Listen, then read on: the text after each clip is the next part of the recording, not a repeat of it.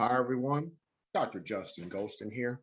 And in this video, we're going to discuss global compensation as well as legal and political things that you should be aware of if you are expanding globally from an HR perspective. So in the last video, we discussed expatriates, and as individuals will go out of their home country into other countries, there are things that need to be taken into account, such as differences in laws as well as work conditions. And from a foreign country law perspective, you have to take into account the take home income of those individuals that are going into new countries. Also, the differences within the cost of living in these new countries. So for example, if you are a Mexico-based organization and you are looking to send an individual to Miami or New York City or San Francisco, there are some considerations that need to take place in that there may need to be a increase in salary for that individual. Also, in certain parts of the world, good housing and schools may be more expensive in different parts of the world. And the employer, you as the employer, can actually pay for these. Also, you have to take in consideration things such as healthcare. And all of these things within a compensation package, as well as the benefits package, should also be reviewed as you are expanding globally and as you are sending individuals to other parts of the world. So the next thing we're going to discuss are the political and legal factors.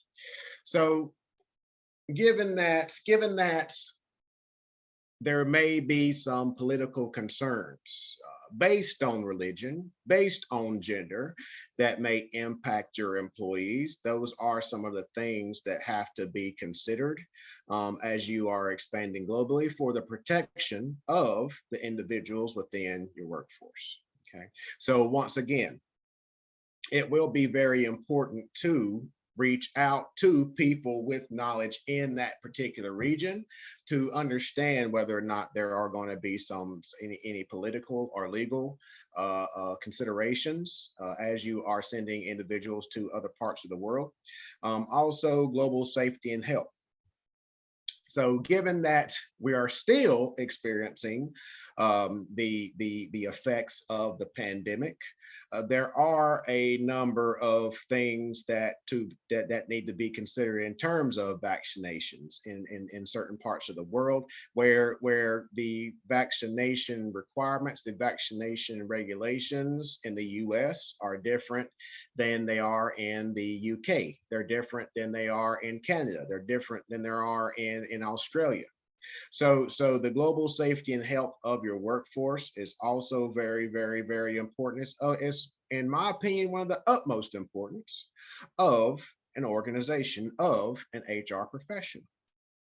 Also global employee and labor relations. So we've talked a lot about this in the intro to HR class, as well as within this class, where there are going to be a number of different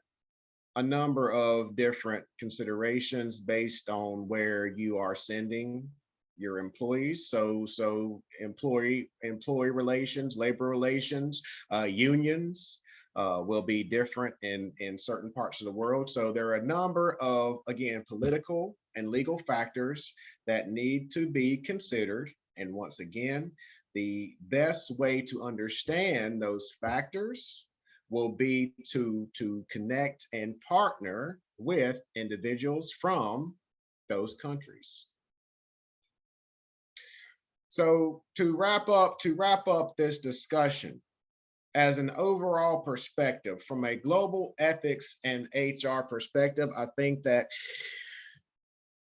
the key to being aligned with organizational missions, organizational visions, is transparency. So in order to ensure that all of your employees are safe, that all of your employees trust that their health, their safety, their families is in your best interest, it is to be transparent in your dealings. It is to ensure that all of the information you share and all of the things that you do, that you indeed walk the talk, right? So another thing we discussed at the beginning of this module is that of bribery and things like that, in that in certain parts of the world, bribes are indeed mainstay in business dealings. So again, you need to make that clear within your organization. And there's some organizations within the US that actually outline that in the employee handbook. They outline that within their supplier code of conduct. Okay, they're very transparent at it. We say, we understand that there is bribery in certain parts of the world, and we're actually documenting that. Right. So the ethics is one thing that's very important. And we are going to talk about that in the next module, where we talk about social responsibility. Right.